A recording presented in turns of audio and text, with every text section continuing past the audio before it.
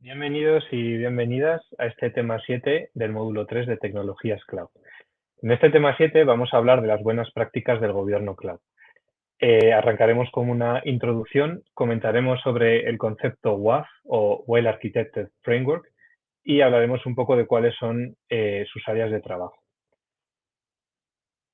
Si recordáis un poco de los temas anteriores de este módulo, comentaba que es muy habitual que al principio cuando se empieza a trabajar en un entorno cloud, nos despreocupemos un poco, ¿no? De cómo vamos un poco generando esos recursos, cómo les hacemos seguimiento y cómo los operamos al final, ¿no? Cuando aquello va creciendo, lo normal es que se produzcan ineficiencias a nivel costes, a nivel rendimiento e incluso a nivel seguridad. El Well Architected Framework, o WAF en inglés, se refiere a ese conjunto de buenas prácticas y directrices orientadas a un poco el control, ¿no? Ayudar a los arquitectos a conseguir que los entornos de nube, como pone aquí, sean seguros, eficientes, confiables, rentables y sostenibles. Por eso se trabaja un poco en las dimensiones que tenéis aquí. Se trabaja en la parte de la excelencia operativa, la seguridad, la fiabilidad, la eficacia del rendimiento y la optimización de costos.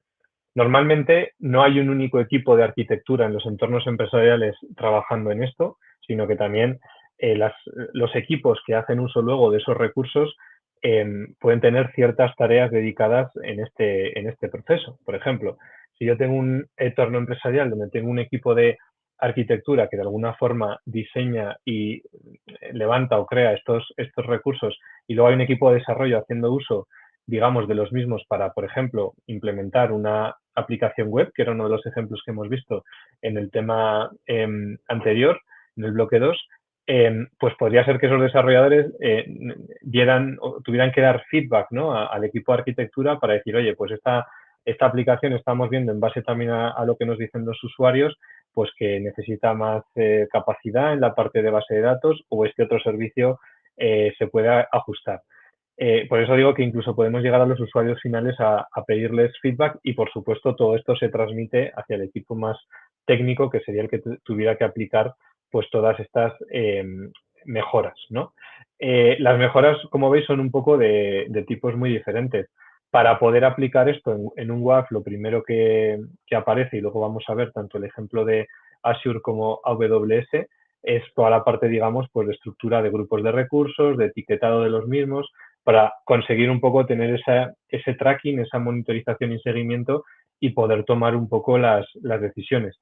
Por supuesto, hay otras herramientas como las que hemos visto en el ejemplo que hacíamos práctico de la parte del portal de Azure, que ya te hacen recomendaciones, por ejemplo, en la parte de costes o en la parte de seguridad, pero muchas otras veces necesitamos que estos arquitectos sigan un poco este proceso para asegurar que van en la dirección correcta.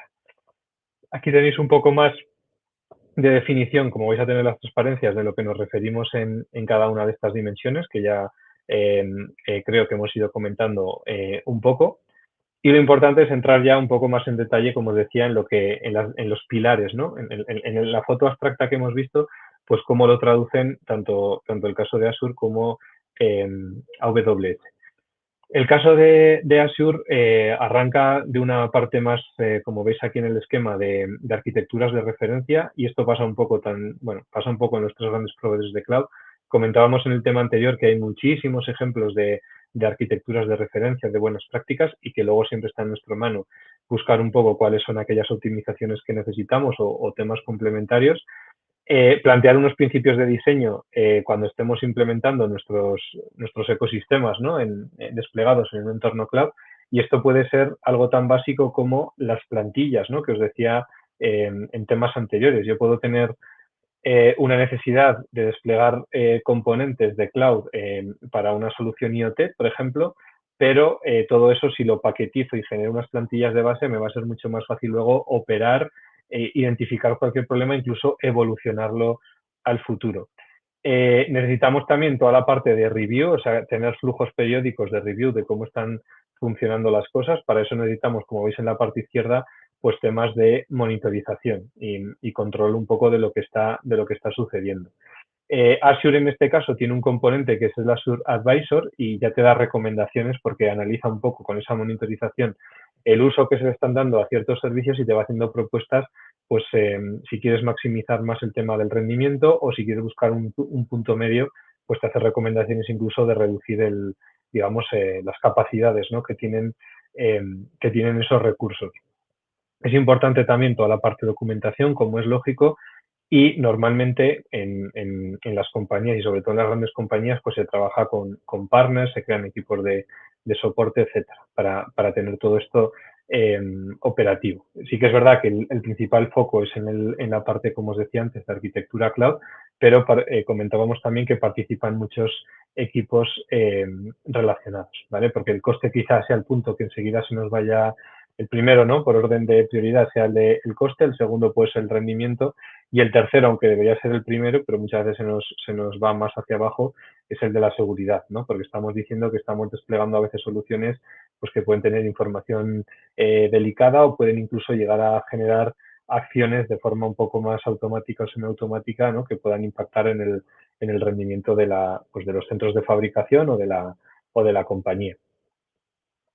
Y el caso de AWS, pues es un poco similar, ¿vale? Porque cuando hablamos del Well Architected otra vez, ya veis que repiten la misma palabra, entonces volvemos a hablar de seguridad, volvemos a hablar de toda la parte de operación y confiabilidad o un funcionamiento adecuado de los servicios que estén operando. Hablamos de la parte de coste y también ponen foco en la parte de sostenibilidad.